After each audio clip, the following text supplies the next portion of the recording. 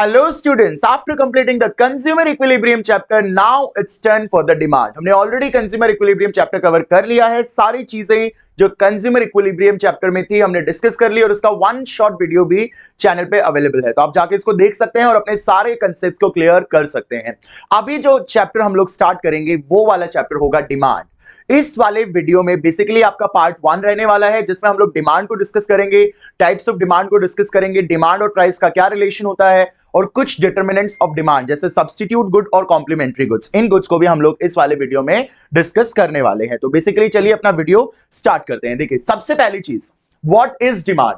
हमने बहुत बार वर्ड सुना होगा डिमांड डिमांड डिमांड, तो आज हम लोग देखते हैं कि डिमांड का मतलब क्या होता है। ठीक है, तो देखिए डिमांड का मतलब क्या है। Demand refers to a quantity of a good which a consumer is willing to buy, can able to buy at particular prices and during a period of time. कोई भी गुड है, कोई भी सामान है, उसकी वो क्वांटिटी जो एक कंज्यूमर खरीदना चाहता है, खरीद सकता है कुछ पर्टिकुलर प्राइसेस पे और एक पीरियड ऑफ टाइम पे, तो उस क्वांटिटी को हम लोग क्या बोलेंगे, डिमांड बोलेंगे। तो ये डेफिनेशन आप याद रखेंगे, it refers to a quantity, किसी भी गुड की वो क्वांटिटी जो एक कंज्यूमर खरीदना चाहता है, खरीद सकता है एक पर्टिकुलर प्राइसेस पे और during a period of time. अब बताइए मेरा मन कर रहा है कि मैं एक जेट फ्लाइट खरीदूं, तो क्या ये मेरी डिमांड होगी? ये मेरी डिमांड नहीं होगी, क्योंकि यहां मेरी विलिंगनेस तो हो सकती है लेकिन मेरे पास अभी एबिलिटी नहीं है उस जेट को खरीदने की, ना ही मैं वो प्राइसेस पे कर पाऊंगा, तो ये मेरी डिमांड नहीं होगी, ये मेरी डिजायर होगी। तो आपके पास सिर्फ विलिंगनेस है और एबिलिटी नहीं है तो वो आपकी डिजायर होगी। लेकिन अगर आपके पास देखिए विलिंगनेस भी है, एबिलिटी भी है, मतलब आपके पास पैसा भी है, आप प्राइसेस पे भी कर सकते हो और कुछ पीरियड ऑफ टाइम पे उस सामान को खरीद के घर पे ला भी सकते हो, तो वो आपकी क्या कहलाएगी, डिमांड कहलाएगी। तो डिमांड के लिए क्या क्या होना चाहिए, विलिंगनेस होना चाहिए, आपके पास एबिलिटी मतलब आपके पास पैसा होना चाहिए, उस कमोडिटी की कोई प्राइस होनी चाहिए और एक particular given period of time पे आप उस कमोडिटी को परचेज करोगे। ठीक है, तो इसको हम लोग क्या बोलेंगे, डिमांड बोलेंगे। तो आई होप आपको डिमांड की डेफिनेशन क्लियर हुई होगी। अब देखिए जो ये डिमांड होती है, ये दो टाइप की डिमांड होती है। पहला जो टाइप होता है वो होता है इंडिविजुअल डिमांड और जो दूसरा टाइप होता है वो होता है मार्केट डिमांड। तो basically what is individual demand, तो यहां आप देख रहे हैं ये इकलौता बंदा खड़ा है, ठीक है, और यहां पे आप देख रहे हो बहुत सारे लोग खड़े हैं, ठीक है, तो इससे क्लियर हो रहा होगा। It is the quantity of goods which a single consumer is willing to buy, can able to buy at particular prices and during a period of time. वो क्वांटिटी जो एक सिंगल कंज्यूमर खरीदना चाहता है, खरीद सकता है एक पर्टिकुलर प्राइसेस पे और पीरियड ऑफ टाइम पे। तो यहां हम लोग एक सिंगल कंज्यूमर की बात करेंगे। तो जब हम एक सिंगल कंज्यूमर की बात कर रहे हैं बच्चों, तो वो क्या हो जाएगी, हमारी इंडिविजुअल डिमांड। आप यहां पे देख सकते हैं बेचारा अकेला खड़ा है, अकेला कोई चीज अगर परचेज करके ला रहा है तो एक अकेले कंज्यूमर की डिमांड को हम लोग बोलेंगे individual demand. Okay, now what is market demand? Here you can see lots of people standing here, they are purchasing something, तो मतलब it is a quantity of a goods which all the consumers, देखिए students यहां क्या था, single consumer, एक अकेले consumer की quantity, यहां all the consumers, सारे जो हमारे इकोनॉमी में कंज्यूमर्स हैं are willing to buy, can able to buy at particular prices and during a period of time. वो क्वांटिटी जो सारे कंज्यूमर मिलके खरीदना चाहते हैं, खरीद सकते हैं एक पर्टिकुलर प्राइसेस पे और पीरियड ऑफ टाइम पे, तो उस क्वांटिटी को बच्चों क्या बोलेंगे, मार्केट डिमांड। तो यहां हमें दो टाइप की डिमांड क्लियर हो गई। एक सिंगल कंज्यूमर अगर कुछ खरीदना चाहता है तो वो जो सिंगल कंज्यूमर कुछ खरीदना चाहता है तो वो इंडिविजुअल डिमांड, और जब ऑल कंज्यूमर, सारे कंज्यूमर्स कुछ खरीदना चाहते हैं, खरीद सकते हैं एक पर्टिकुलर प्राइसेस पे, पीरियड ऑफ टाइम पे, तो वो हमारी हो जाएगी मार्केट डिमांड। ठीक है, नेक्स्ट क्या है, देखिए individual demand. It is the quantity of a goods which a single consumer is willing to buy, can able to buy at particular prices and during a period of time. तो बच्चों यहां हम लोग किसकी बात कर रहे हैं, एक सिंगल कंज्यूमर की। देखिए यहां एक अकेला कंज्यूमर खड़ा है, तो एक सिंगल कंज्यूमर की डिमांड की जब हम लोग स्टडी करते हैं तो वो हमारा इंडिविजुअल डिमांड होता है। अब देखिए यहां पे आपको एक शेड्यूल दिख रहा होगा, शेड्यूल में आपके यहां प्राइसेस हैं 5 से 4, 4 से 3, 3 से 2, 2 से 1। तो यहां आप देख रहे होंगे प्राइसेस जो हैं, प्राइसेस यहां पे कम हो रही हैं, तो देखिए प्राइसेस कम होंगी तो क्वांटिटी डिमांड क्या होगी, ज्यादा होगी, 10, 20, 30, 40,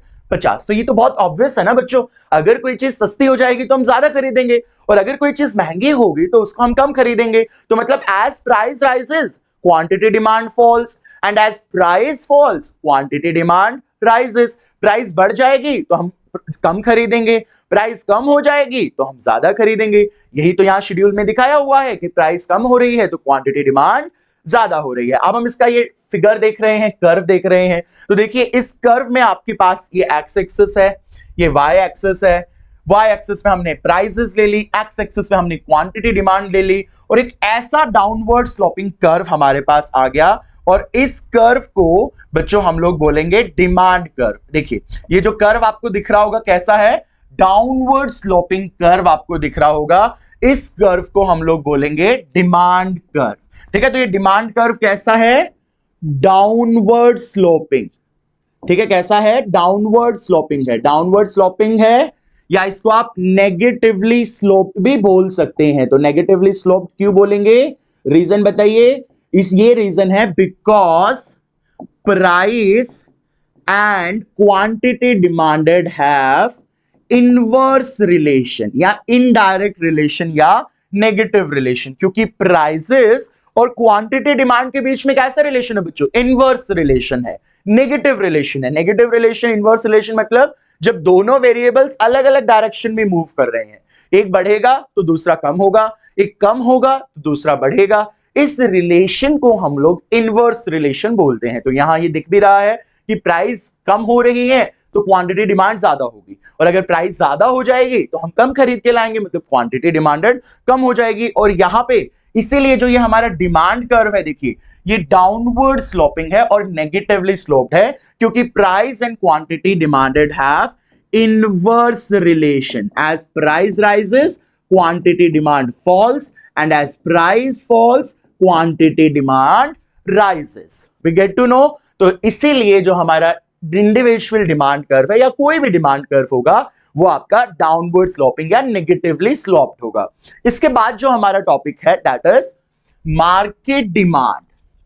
here you can see few consumers. तो मार्केट डिमांड का मतलब क्या होता है, it is a quantity of goods which all the consumers are willing to buy, can able to buy at particular prices and during a period of time। तो वो quantity जो सारे कंज्यूमर्स खरीदना चाहते हैं, खरीद सकते हैं एक पर्टिकुलर प्राइसेस पे और पीरियड ऑफ टाइम पे। तो यहां पे देखिए जो पीछे हमने देखा वहां हम लोग एक इकलौते कंज्यूमर की बात कर रहे थे बच्चों, लेकिन यहां हम लोग जो देखेंगे मार्केट डिमांड में वो सब कंज्यूमर्स की बात करेंगे। ठीक है, all the consumers in the economy. अब देखिए यहां हमें जब कर्व बनाना है तो यहां देखिए प्राइस क्या हो रही है, राइज हो रही है। You can see 1 2 3 4, so prices are rising. तो देखिए ये ए कंज्यूमर की डिमांड है, डिमांड कम हो गई 4 3 2 1। ये बी कंज्यूमर की डिमांड है तो यहां पे भी डिमांड कम हो गई 5 4 3 2। अब आप बोलेंगे सर आपने तो दो ही कंज्यूमर्स की डिमांड दिखाई, तो बच्चों हम सारे कंज्यूमर्स की डिमांड थोड़ी दिखा सकते हैं, है ना। तो हम दो कंज्यूमर्स की डिमांड का एग्जांपल लेके मार्केट डिमांड को समझ लेंगे। तो हमने इन दोनों कंज्यूमर्स की डिमांड को ऐड कर देना है। ठीक है, जब दोनों कंज्यूमर्स की डिमांड को ऐड कर देंगे तो हमारे पास क्या आ जाएगी, मार्केट डिमांड आ जाएगी। तो 4 + 5 is 9, 3 + 4 is 7, 2 + 3 is 5 and 2 + 1 is 3। तो ये जो हमारा हो गया बच्चों, ये हो गया मार्केट डिमांड, है ना। तो मार्केट डिमांड कैसे आया, तो सर मार्केट डिमांड आया सबमिशन ऑफ इंडिविजुअल डिमांड्स। जब हमने इंडिविजुअल डिमांड्स का सम कर दिया, इंडिविजुअल डिमांड्स को ऐड कर दिया, तो जो डिमांड हमारे पास आ गई वो मार्केट डिमांड आ गई। अब हम इसको कर्व में रिप्रेजेंट करते हैं। तो देखिए ये वाला जो कर्व है ये D1 हो गया, मतलब पहले वाला जो कंज्यूमर थी उसकी डिमांड हो गई, एज डिमांड। अब ये वाला जो है ये D2 हो गया, आपका जो सेकंड कंज्यूमर था उसका डिमांड कर्व। अब देखिए ये वाला जो है ये हमारा मार्केट डिमांड कर्व हो गया, है ना। ये मार्केट डिमांड कर्व हो गया। तो आप देखिए इंडिविजुअल डिमांड कर्व फर्स्ट ऐसा बना, सेकंड ऐसा बना, लेकिन मार्केट डिमांड कर्व ऐसा बना। तो जो मार्केट डिमांड कर्व है बच्चों वो ज्यादा फ्लैटर होता है इंडिविजुअल डिमांड कर्व से। आप देख रहे हो ये स्टीपर है, ये ऐसे हैं, ये भी ऐसे हो, लेकिन वो ऐसे है, मतलब वो ज्यादा फ्लैटर है। तो मार्केट डिमांड कर्व जो होता है स्टूडेंट्स वो ज्यादा फ्लैटर होता है इंडिविजुअल डिमांड कर्व से। और इसका रीजन क्या होता है, तो सर इसका रीजन होता है कि जो मार्केट डिमांड होती है, मार्केट डिमांड के अंदर मोर क्वांटिटी ऑफ गुड्स होते हैं as compare to individual demands.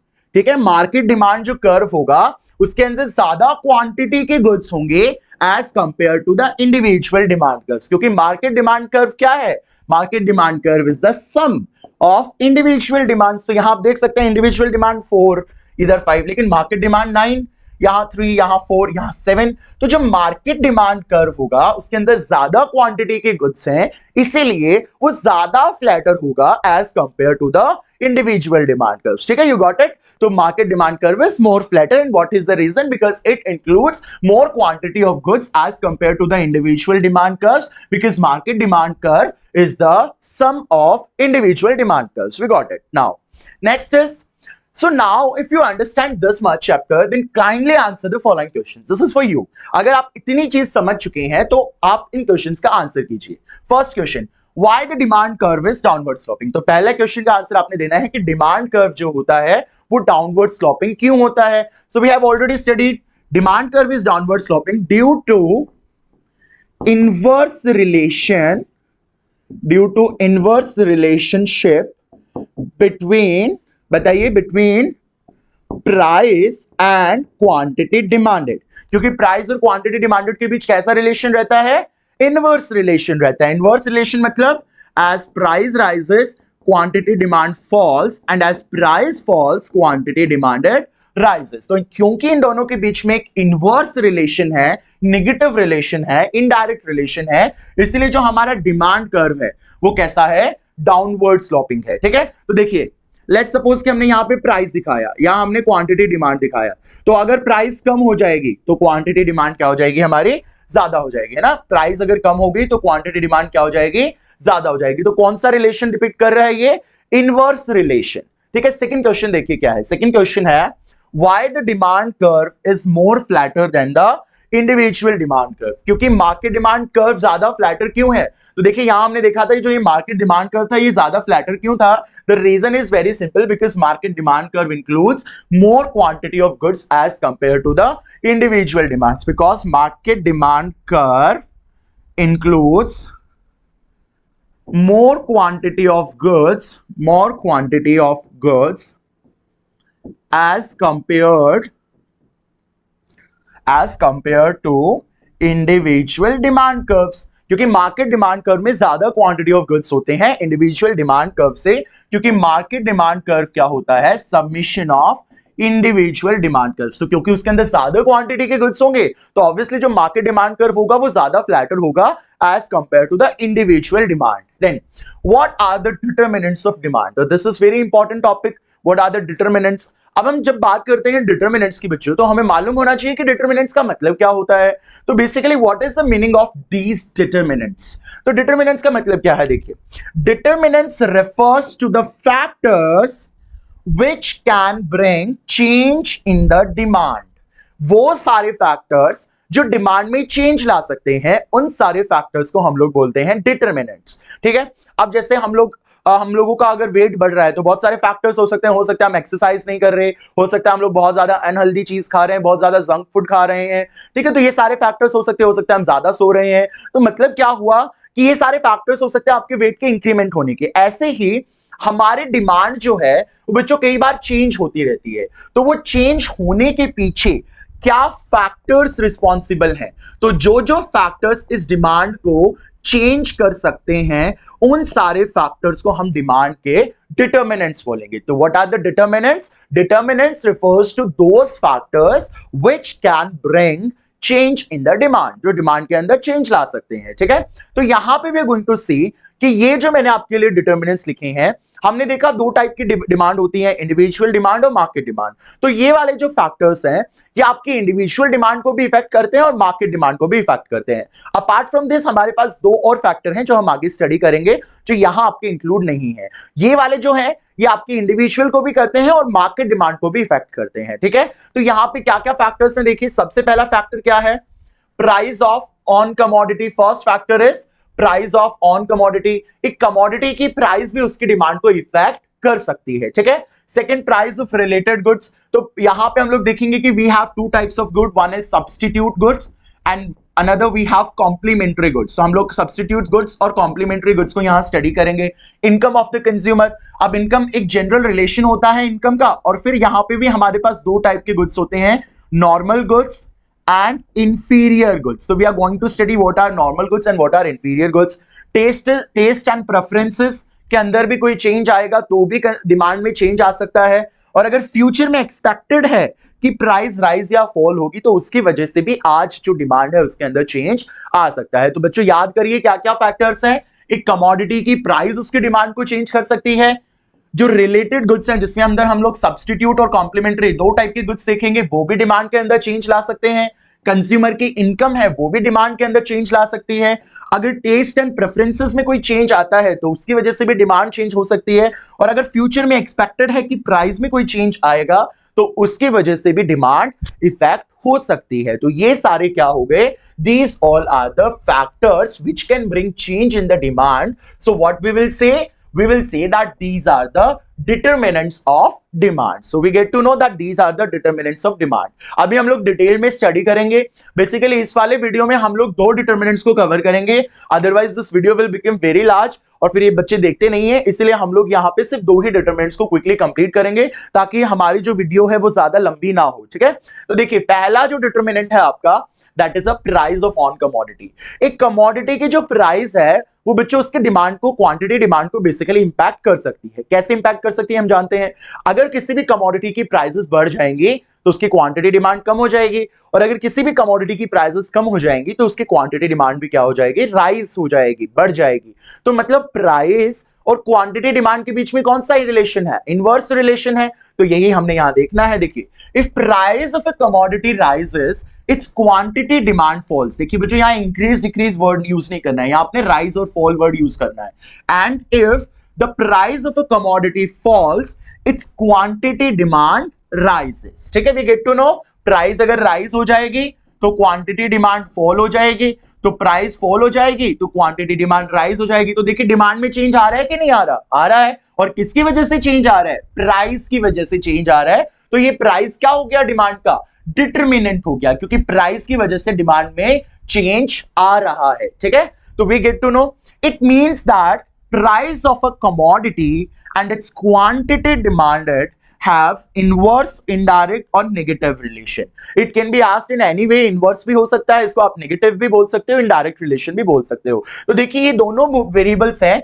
Opposite direction में मूव कर रहा है, एक बढ़ रहा है तो दूसरा कम हो रहा है, तो इसलिए कौन सा रिलेशन होता है बच्चों, ये इनवर्स रिलेशन बोल सकते हो, आप इसको इनडायरेक्ट भी बोल सकते हो और आप इसको नेगेटिव रिलेशन भी बोल सकते हो। तो हियर एक छोटा सा फिगर आपके लिए है, देखिए प्राइस बढ़ रही है, ये रुपी है, ये बढ़ रहा है, तो देखिए आप जो फ्रूट्स लेके आएंगे वो कम लेके आएंगे। होता है ना हमारे साथ ऐसे, कभी मंडी में बहुत ज्यादा प्राइसेस हो जाती हैं तो हम लोग कम सामान लेके आते हैं, और अगर कभी प्राइसेस कम हो जाती हैं बच्चों तो हम लोग ज्यादा ले आते हैं। तो मतलब प्राइसेस अगर कम हो जाएगी तो हम लोग ज्यादा क्वांटिटी के गुड्स परचेज कर सकते हैं। तो प्राइस और क्वांटिटी डिमांड के बीच में कौन सा रिलेशन हुआ, इनवर्स रिलेशन हुआ या नेगेटिव रिलेशन। तो आई होप आपको ये जो पहला फैक्टर है ये क्लियर हुआ होगा कि कैसे प्राइस क्वांटिटी डिमांड को चेंज कर सकती है। प्राइस बढ़ गई तो क्वांटिटी डिमांड फॉल हो जाएगी, प्राइस फॉल हो गई तो क्वांटिटी डिमांड आपकी राइज हो जाएगी। ठीक है, उसके बाद देखिए this is something very important जो आपने बहुत ध्यान से इसको कवर करना है, प्राइस ऑफ रिलेटेड गुड्स। इस पे आपके पास जरूर एग्जाम में क्वेश्चन आएगा।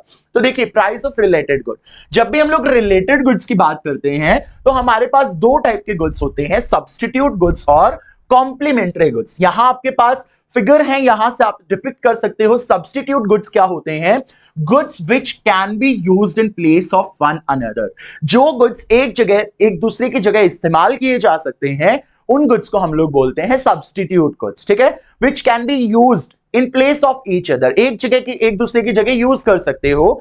जैसे अगर आपके पास आपको कोक पीने का मन है और शॉप में कोक अवेलेबल नहीं है तो आप उसकी जगह क्या परचेज कर सकते हो, पेप्सी परचेज कर सकते हो। और अगर पेप्सी पीने का मन है और पेप्सी नहीं है तो आप कोक लेके आ सकते हो। तो मतलब ये कोक और पेप्सी दोनों एक दूसरे को सब्स्टिट्यूट कर सकती हैं, एक दूसरे की जगह यूज किए जा सकती हैं। इसीलिए इनको हम लोग कौन से गुड्स बोलते हैं? सब्स्टिट्यूट गुड्स बोलते हैं। The goods which can be used in place of one another, एक जगह एक दूसरे की जगह जो यूज किए जा सकते हैं। उसके बाद दूसरे दो टाइप के गुड्स होते हैं दैट आर कॉम्प्लीमेंट्री गुड्स। यहां आप कार देख रहे हैं और ये कार में पेट्रोल फिल हो रहा है या डीजल फिल हो रहा है, तो कार और पेट्रोल ये दो गुड्स आप यहां पे देख रहे हैं। तो क्या इन दोनों गुड्स को आप एक दूसरे की जगह सब्स्टिट्यूट कर सकते हैं क्या? अगर मुझे कार में जाने का मन है, चलो आज पेट्रोल में बैठ के चलते हैं, ऐसा तो नहीं होगा। तो कार और पेट्रोल को आप एक साथ यूज करोगे, you will use them together, एक साथ यूज करोगे। इसीलिए जो भी गुड्स एक साथ यूज किए जाते हैं उन गुड्स को हम लोग बोलते हैं कॉम्प्लीमेंट्री गुड्स। ठीक है, उनको हम लोग बोलते हैं कॉम्प्लीमेंट्री गुड्स। अब मैं आपको दूसरा लाइव एग्जांपल देता हूं। ये फ्लैट पैनल है, इस पैनल पे मैं इस पेन से कुछ लिख रहा हूं, तो ये फ्लैट पैनल और ये पेन, कौन सा रिलेशन है इन दोनों के बीच में? क्या इनको एक दूसरे की जगह यूज किया जा सकता है कि एक साथ यूज किया जाता है? तो सर इनको एक साथ यूज किया जाता है। तो अगर आप इनको एक साथ यूज कर रहे हैं तो बच्चों ये कौन सा गुड हो गया? कॉम्प्लीमेंट्री गुड्स हो गया। तो goods which are used together, तो याद रखेंगे एक साथ जिनको यूज करते हैं ऐसे गुड्स को हम लोग बोलते हैं बच्चों कॉम्प्लीमेंट्री गुड्स। और एक दूसरे की जगह जिनको यूज किया जा सकता है उनको हम लोग बोलते हैं द सब्स्टिट्यूट गुड्स। तो आपको ना एक काम करना है, कमेंट बॉक्स में कोई दो सब्स्टिट्यूट गुड्स के नाम लिखने हैं और कोई दो कॉम्प्लीमेंट्री गुड्स के नाम लिखने हैं। ठीक है, तो ये आपका होमवर्क है, आपको ये चीज करनी है। अब देखते हैं इनका रिलेशन कैसे होता है। देखिए सब्स्टिट्यूट गुड्स, आपसे क्वेश्चन पूछा गया है, if price of Coke rises how it will impact the demand of Pepsi. आपको इस क्वेश्चन का आंसर करना है। देखिए दो गुड्स है हमारे पास, यहां कोक है और यहां हमारे पास पेप्सी है। तो आपसे पूछ रहा है कि कोक जो है इसकी प्राइस राइज हो चुकी है, कोक की प्राइस राइज हो चुकी है, तो बताइए इससे पेप्सी की डिमांड पे क्या असर पड़ेगा? पेप्सी की डिमांड पे क्या असर पड़ेगा? तो आपने सोचना है क्या होगा, मैं आपको एक्सप्लेन कर रहा हूं। देखिए पेप्सी, सबसे पहले तो आपको दो गुड्स के बारे में पूछा है, आपको उन दोनों के रिलेशंस देखने हैं। तो यहां कोक और पेप्सी के बारे में पूछा गया है, तो कोक और पेप्सी हमने अभी स्टडी किया है, वो सब्स्टिट्यूट गुड्स हैं। ठीक है, which can be used in place of one another. अब हम एक छोटा सा एग्जांपल देखते हैं। देखिए इसकी प्राइसेस बढ़ गई, अब ये इसकी प्राइसेस बढ़ गई तो इसकी जो क्वांटिटी डिमांड है बच्चों क्या हो जाएगी? कम हो जाएगी। अब पेप्सी जो कोक जो है वो महंगी हो गई तो लोग कम खरीदेंगे, और जब कोक को लोग कम खरीदेंगे तो लोग कहां शिफ्ट होंगे? उसके सब्स्टिट्यूट पे। और यहां कोक का सब्स्टिट्यूट क्या है? पेप्सी है। तो मतलब बहुत सारे ऐसे लोग होंगे जो अब कोक को छोड़ के कहां शिफ्ट हो जाएंगे? बताइए कहां शिफ्ट हो जाएंगे?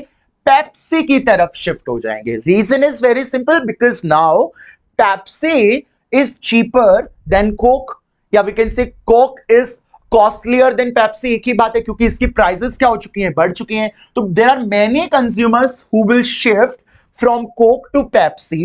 As a result the demand of Pepsi will, बताइए राइज, इंक्रीज या decrease? Yes, the demand of Pepsi will increase. तो देखो यहां पे मैंने राइज वर्ड यूज नहीं किया है, क्योंकि ये पेप्सी की प्राइस की वजह से चेंज नहीं आया, ये कोक की प्राइस की वजह से पेप्सी की डिमांड में चेंज आया। ठीक है, तो पेप्सी की तो प्राइस उतनी ही है, इसलिए जब प्राइस की वजह से चेंज आता है तो हम लोग राइज फॉल वर्ड यूज करते हैं, और अगर किसी और फैक्टर की वजह से हमारे डिमांड में चेंज आ रहा है तो इंक्रीज और डिक्रीज वर्ड यूज करेंगे। ठीक है, ये बात आपने याद रखनी है। तो we get to know, clear हुआ यहां तक? देखिए as prices of Coke increases, Coke become costlier than Pepsi. As a result, there are many consumers who will shift their consumption from Coke to Pepsi because now Pepsi is cheaper than Coke. As a result, demand of Pepsi will increase.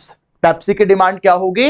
Increase होगी. ठीक है, तो मुझे बताइए price of substitute goods and demand of its substitute is having dash relation. क्या मतलब हुआ? देखिए इसकी प्राइस बढ़ी तो इसकी क्वांटिटी डिमांड बढ़ी. ये दोनों कौन से गुड्स हैं? सब्स्टिट्यूट गुड्स हैं. तो price of a substitute goods and it's substitutes demand, कौन सा रिलेशन है? तो इसकी प्राइस बढ़ी तो इसकी क्वांटिटी डिमांड भी बढ़ी. तो ये कौन सा रिलेशन होगा?